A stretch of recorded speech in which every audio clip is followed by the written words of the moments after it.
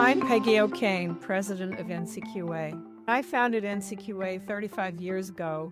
We've made a lot of progress, but as I prepare to leave NCQA, I feel there's unfinished business.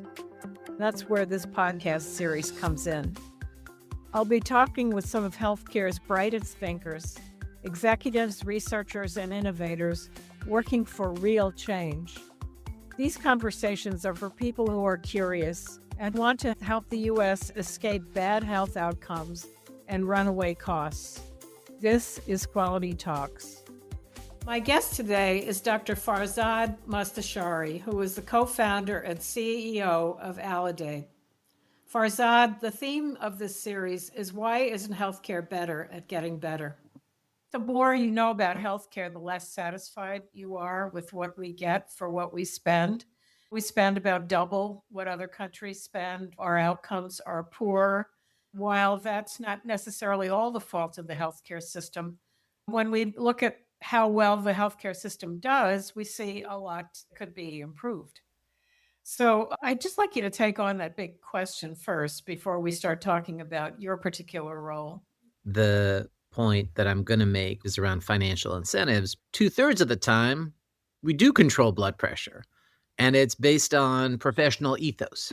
A lot does happen in today's world that is good, but it's almost despite the structures, despite the organizational incentives, despite the lack of support in systems. It's more telling to look at it that way, of caring human beings trying to do the right thing every single day, but being confounded by the lack of structures, the lack of incentives, the lack of support. And then we have to ask the next question, which is why and how can we change it? Yeah, when I started my career, people were on the same page that primary care was absolutely critical to getting a value healthcare system. We accepted many things implicitly in those days because we didn't really have any other way of thinking about them. I remember when we first met, when NCQA was launching its patient-centered medical home program, and you were trying to improve performance in some New York City primary care practices. We were about trying to operationalize these kind of pillars of primary care. Now we're in a really different environment where all of a sudden we have data and information, we have more teams, we have a lot of things that nobody thought about in the past. And now we're kind of upping the ante in terms of what we expect. I think that did a disservice to primary care practices who really couldn't mobilize all these new tools and so forth. And Aledade came along at a moment when it's like, well, yes, we can do that. And so I'd just like you to start with talking about that. Thanks for saying that. There are parallel movements about going from atomic to networked around the three main drivers. Those three main drivers are you need technology and data systems, you need workflows and processes, and you need incentives and payment systems. So the care delivery, the technology aspects, and then the payment models. And for each of those, we started off with a conception that was quite atomic at the practice level. It was, we're going to look at the structures within your practice. Do you do this? Do you do this? Do you do this? You have the center of the information systems is the electronic health record. And payment is going to be modified at the practice level to be some sort of pay for performance based on those quality measures that come out of the EHRs and that are supported by those processes. That was kind of the cluster of 1, 2, 3 that, at least for me, we had imagined 20 years ago. What happened, though, in the past 20 years is for all three of those, we've had to go up a level of scale. All the information you need is not in your EHR. And actually bringing in what's happening across the entire ecosystem, including clinical data, health information exchanges, and payer claims data.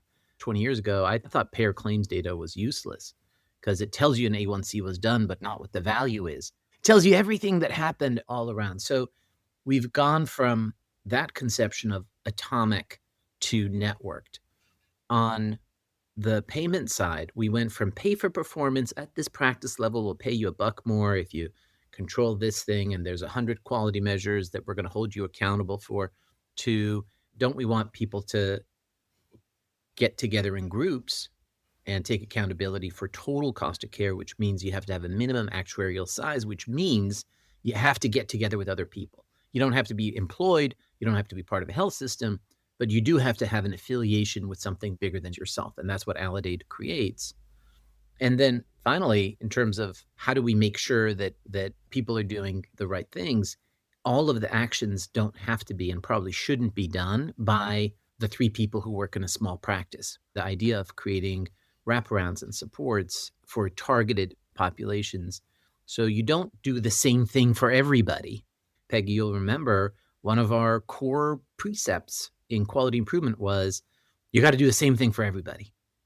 No, actually, you want to fine tune your delivery of particular interventions to particular groups of people. So that to me is thinking about 20 years ago when we were doing EHR adoption in New York City with patient-centered medical home and a P4P kind of construct behind it. So if we were to really unlock the potential of primary care, what else would that look like? There's so much of what we want done, which has almost gone backwards as a result of consolidation. I say that all the time. Yeah, right? There was a tweet that went semi-viral recently where a doctor was complaining about how hard it was to get primary care for his dad. And boy, have we all been there. One thing you can't miss out on is access to primary care for seniors and those with multiple chronic conditions who really need someone who knows them.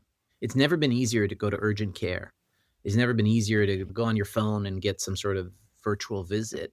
And it's never been harder to get an appointment with your primary care doc who knows you and knows your medicine and knows what normal looks like for you, knows your wishes and preferences. While we try to reinvent or support primary care, we also have to protect the primary care that is happening, that is good. So primary care practice certainly needs our support. But I also think in the right payment models, primary care can go from being the milk in the back of the store or the lowest paid specialty with the lowest margins to the most important part of the healthcare system, not because we give it lip service, but because the financial model emphasizes no hospitalization more than it emphasizes hospitalization. Yeah, it seems ironic that we expect so much of primary care, making the whole thing work, and yet we pay them the worst of anybody. And that goes for geriatrics and pediatrics too. So let's talk for a moment about this is a big topic for me. And we want everybody to be accountable. But the way that the system is structured today, even in Medicare, we have something that can be accountable. It hasn't been perfect. MA, Medicare Advantage. We have ACOs where it seems like the accountability has been pretty narrow the way we've defined it. But then we also have the people that are just in classic Medicare, which sounds really good. If you look at use patterns, it's kind of chaotic. People are going all over the place. There's not a strategy for how to keep your mother well, right? And so I wonder if you could talk about that, because I know that one of the great intentions of this administration is to move towards more accountability for quality and costs. But how do you get there?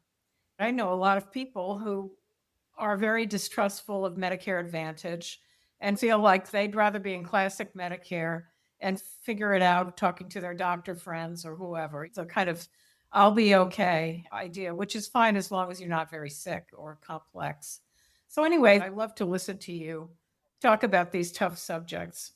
I want to emphasize the conversation you're opening here is not a conversation we've had a lot of thinking about the entire Medicare scope, not thinking about MA in isolation, thinking about ACOs in isolation, thinking about fee for service, the fee schedule in isolation, but what is the holistic reform agenda for that? And they're closely related. As one small example, the growth rate in MA costs are pegged to what happens in fee-for-service.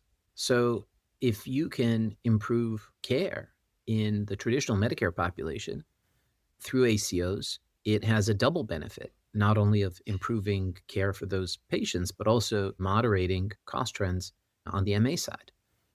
And that's an example of a spillover, but it could also be a holistic view of what are the incentives we're creating and what is the system we want. You're right. I have heard Dr. Oz say basically everyone should be in a managed, coordinated, accountable environment, either MA or in an ACO kind of model.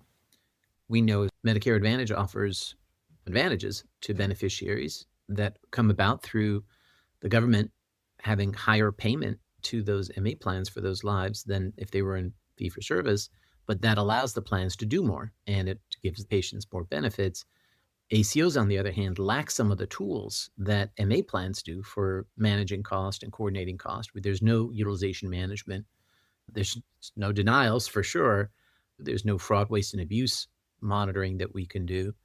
There's no tiered network design that we can implement in ACOs. All of those tools could help create more of a level playing field. And I think those are things that should be carefully considered. How can we add more carrots, not so much sticks, into the ACO program, for example, to be able to waive copays for patients if they go to their primary care doc and have the ACOs be paid for it. But from a payment point of view, if you have kind of traditional Medicare fee-for-service as kind of 1.0, ACOs are like 0.97 in total cost. And you could be like, well, that's not too bad, but it's not great. How do we make it 10% less? And then Medicare Advantage is a few percent to up to maybe 20% more expensive. Patients get more, but it's more expensive for the government. So how do we bring those a little bit more into alignment with each other? It's interesting because the path to value for Medicare, I think it's through MA, a lot of delivery systems. The ACO is kind of over here. It's like a project, but the business incentives of the larger enterprise continue to be heads in beds, more expensive care.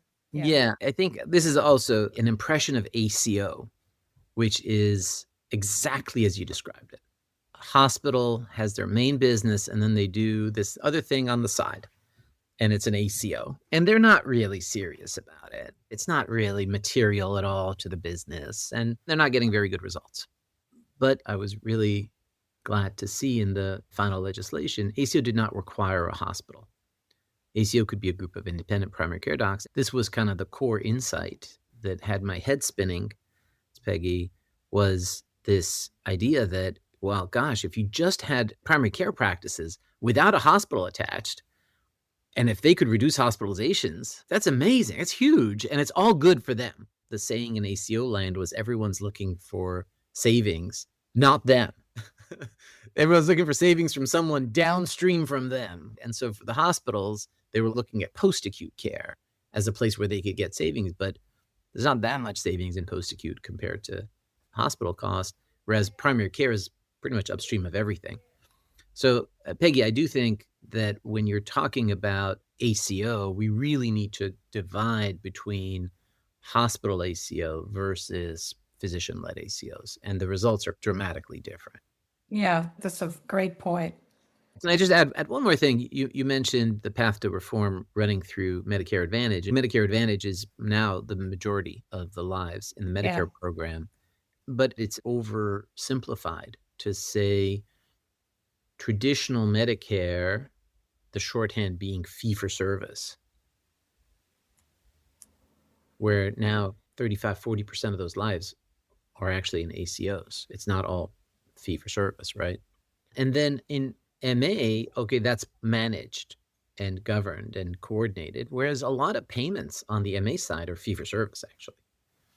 And so one of the other policy priorities for this administration is how do we get more coordination and more delegation of cost and care in the MA program? In deference to our partners on the MA side, I think those contracts could be improved so the provider entities are accountable for what they control, but not for the marketing expenses, essentially, of the health plans or supplemental benefit, like cash cards that we can't control. There's a lot of marketing that goes into what are in those benefits, and it really shouldn't be part of the medical loss ratio. It's not something you want your primary care doc to be policing the patient's use of their grocery card. So why should they be accountable for it? Yeah, these are all great points, really good points. Can we talk about MA stars? Yes, I'd love to. How do you, Peggy? It's just the two of us here. How would you reform the MA stars program? I would put in things around wellness, looking for something meaningful that can be done there and adding that into it. I 100% believe in that. Are you getting some kind of nutrition counseling if you need it? Not for everybody, right? We're preoccupied with the journey from having type 2 diabetes to kidney failure. Many organizations have been able to bend that slope by managing diabetes and hypertension. And that requires making sure these patients are getting what they need. So I would put in something around that. My whole career has been about having the system affirmatively manage the care of populations. That's 100% what the deal is for us. We lose the plot on that because I don't think beneficiaries think of the system as having that responsibility, keeping me well, keeping me healthy. It's just, can I get what I want? And the whole tension between quality and cost, that is kind of a fiction many times, is certainly not a clear way of thinking about things.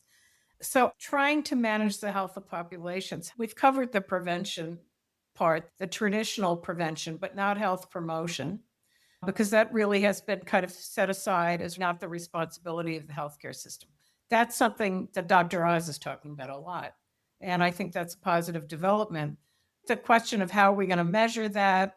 How can you really be accountable for what people do in their private lives, especially if they live in a food desert, if they don't have money, et cetera. But I think pushing into that more, how effectively is this plan keeping people healthy and keeping them out of the hospital? Look at hospital at home. I feel sad. Hospital at home doesn't seem to be going anywhere because I think it has the bones of not just the hospital episode, but the post acute management, the management of frail people that are high risk for hospitalization and so on. I'd like to see more of that. Let me turn the question around to you. First of all, what do you think about that? And second, I always hear you talking about less measures, but what would be meaningful things that we're not currently measuring that you would like to see? First, I'll say that attention on quality measures and care gaps in Medicare Advantage is like 50x what it is in most other contracts. Yes, for sure. And that's because the financial incentives are unusually strong. Unfortunately, I don't know that that has led to better quality. I don't know that we have clear evidence that, for example, blood pressure control is better in MA populations versus traditional Medicare populations, which is kind of a big deal if we're spending all this money and what are we getting for it? Because there ends up being a lot of teaching to the test. When there's that much money associated with it, you get almost to the point where any measure, no matter what you do, starts to get topped out pretty quickly. The bands get compressed, you get cliff effects. And we all know medication adherence is at 94%. We all know that. But if it's 3 triple weighted measures, then by golly, everyone's going to be on 90-day meds and mail order to your house and whatever. Yeah. So the first question is, are we overweighting incentives on these quality measures? That's one question. I would say yes. I mean, teaching to the test is a big problem, I think. And then the second is where we have outcomes. Let's focus on the outcomes. On the clinical side, blood pressure and A1C are very good outcomes, and we should move all the weight from the other stuff into more of the outcome measures. And getting rid of cliff effects. It's just weird where you get 2 or 3 individual cases can mean $100 million. Just makes no sense. And that comes with also fewer measures, not more. Yeah, I always hear the anecdote about the plan that's been closing all the care gaps, and there's one kid that's missing an immunization. If you can get that one kid to have it, then your payment will go up by millions of dollars. That's the kind of thing that makes my hair stand on end. I really think this is an important subject. What about this general feeling in the public that quality and cost are a trade-off? When you're talking about highly effective, very expensive treatment, there's evidence there is that trade-off. But in most cases, the chaos factor is often something people underestimate until they have a loved one in the hospital or they're in it there themselves and they see what's happening. So I wonder if you could talk to that. And whose job is it to convince people this is not a trade-off, and that well-organized care with well-defined processes that are adhered to is going to give you better results than quality is a coincidence sometimes. Yeah. You don't want that. And I think where people understand it most is on prevention, where people can hear that the most expensive thing in healthcare is the thing that no one wants. It isn't the fancy doctor's office or the upgraded scan, it's the hospitalization. Hospitalizations are ridiculously expensive and the cost has been going up. There's classic charts that show inflation and TVs are down 98% in cost and hospitalizations are up. Like the thing in the American economy that has had the most inflation over the past 2 decades is hospitalization. And no one wants that. No one wants to be hospitalized. And look, if you need to be hospitalized, you're going to be hospitalized. You may be hospitalized if you don't need to be. I mean, Yeah, we know exactly. that's a big deal, right? Exactly. That's where we can break apart that concept of not needing a hospitalization is the highest quality hospitalization. What's the highest quality hospital? The one you didn't have. Right. I love that. So you told me about a conversation that you had with Dr. Oz where you were telling him about the core 4 things that you do that you found to be most valuable. This feels very important because when people think about medical homes or advanced primary care, it feels fuzzy. I wonder if you could just walk us through those. Yeah, I'm a big believer in being able to count things on one hand. Every time I talk to someone and they're like, we have 18 values. I'm like, can't remember 18 of anything. I like a small number of things. So if you take a step back and instead of 100 things, what 4 things are at the heart of accountable primary care? One is just access and the concept that you got to see your patients. And if they don't reach out to you, you got to reach out to them. And that's basically what never happens in fee-for-service. As long as the till is ringing up, you don't care who rung it up. And primary care practices are busy and their schedules are full and the individuals care, but the system doesn't care if an 89-year-old with congestive heart failure didn't show up to their last appointment. So the first is access. That's a broader definition of access. It's a more proactive definition. 100%. It carries this concept that people get what they need. Not everyone gets the same thing. If you're an 89-year-old with congestive heart failure, you may need visits every month or every 2 months. The second is, what do you know when the patient shows up? What are your systems for making sure you address not just the acute complaint, but you have a comprehensive view of what's going to keep the patient healthy and out of the hospital for the next year? How do we bring insights from a population health point of view into that clinical encounter? You got to do it carefully because you can easily get best practice alert fatigue, right? Where everything's popping up and popping off. And Absolutely. right. So how can we be smart about using the information we have and making predictions and have this interoperability engine that gets all the data, but then we have prediction models that say who's going to crash into dialysis, who's going to have a hospitalization, who's going to have a heart attack, who's going to have an end-of-life conversation that's necessary, who's going to not show up at the doctor's office, who's not going to pick up their prescription. All of those predictions essentially become clinical decision support tools to help the clinician at the point of care make sure that they cover the key 2 or 3 most important things you got to be thinking about. And it could be something as mundane as, like my mom was prescribed an SGLT2, great drug, but didn't fill it because the first fill was $700. So how does the primary care doc treat someone with congestive heart failure if they don't know that they didn't fill their prescription? If you don't fill it, if you don't take it, it doesn't do you much good. And so that's 2, is point of care. Third is transitions, care transitions. And everyone is pretty obvious, right? Like if you want to prevent a hospitalization or an ER visit, the time right after an ER visit or hospitalization is a very good time to go there. Being able to see people in primary care is the best solution. But failing that, when they end up in the ER, when they end up hospitalized or out of the hospital, having follow-up with someone who knows them can be literally life-saving. And so doing that consistently is third, care transitions. And then fourth is the wraparounds. And it's where you can't manage everything in the primary care office. Some problems need specialized care, and making sure you target the right patient to the right specialized care. That's the fourth. We call that care compass. So that's pretty much, to me, that those are the four. If you can give access to patients who need it for primary care, if in the visit you address the things that need to be addressed, if during care transitions you have timely follow-up and comprehensive management during those critical times, and if you know who to refer to what particular service, then I think you'll do well. And the patient will do well, more importantly.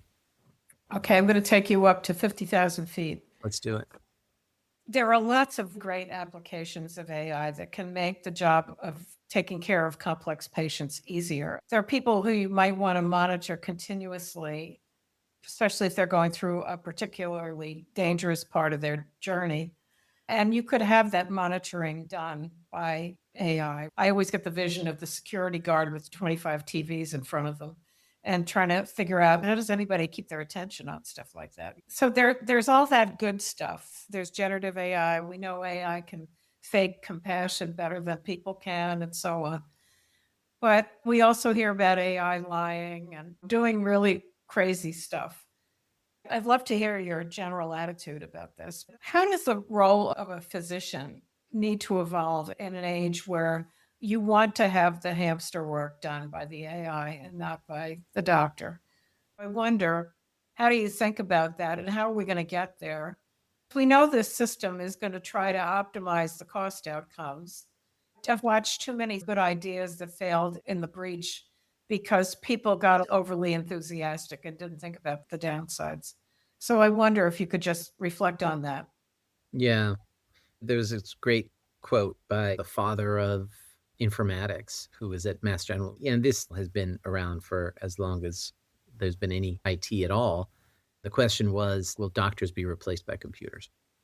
And his response was, any doctor that can be replaced by a machine should be. I love that. Honestly, this, I think, gets at what are they good at and what can we automate? And to me, that's the best. If we don't need humans working on an issue and we can truly automate it with higher quality and efficiency and consistency, then great. There will always be work for physicians. There will always be work for humans. A lot of the LLMs so far have been marginal incremental improvements, whether it's efficiency or coding or whatever. I'm not seeing like a 10x difference, except there are a few software applications that used to be really hard to do and required 10 years of programming with 100 engineers and are now literally an API call, which is so cool. For some of our clinical applications now, Peggy, we're doing 100 queries a second at Aledade. And that's cool. Being able to replace a huge amount of software build by calling a model, and those models are only going to get better, cheaper, faster. Yep. So that's awesome. The thing that I'm really intrigued by in terms of this next phase is this question around agents, and in particular, voice agents. I think just a few years from now, Peggy, it's going to be all agents, and maybe agents talking to agents. We did one little experiment that you'll get a kick out of, where we took a couple of engineers for 1 week, and they mocked up an operating prototype of a medication adherence counseling chatbot. And it worked amazingly well. You would call the patient and we'll walk them through, okay, what medications are you on? Are you taking them? Are you having any trouble? Understood what the patient was saying, responded appropriately. Our demo product manager switched to Chinese in the middle, and the AI chatbot started speaking Chinese back to her. Wow. It's amazing. I tried it out with Farsi. It did the same thing. And then in the demo, the product manager who's trying to put it through its paces said, well, I'm not very happy with this conversation. I want to speak to a real human, a real person. And the AI chatbot says, I am a person. Oh. Yeah, that was what I was talking about. So not quite ready for prime time, at least not that version. It's going to be those edge cases that are going to limit the willingness of healthcare. If it's my Home Depot order, okay, I can tolerate some error around that. But if it's some chatbot giving medical advice, that gets problematic pretty quickly. What did I not ask you that you would like to be asked? Are there things that are not that hard to do, not that expensive to do? It's easy to come up with things to improve healthcare that are really big, bold, hard things. I have an idea for something that I don't think is that hard, Yeah. and I don't know why we're not doing it, which is if you go to any conference, you'll see the usual sages on the stage talking about whatever.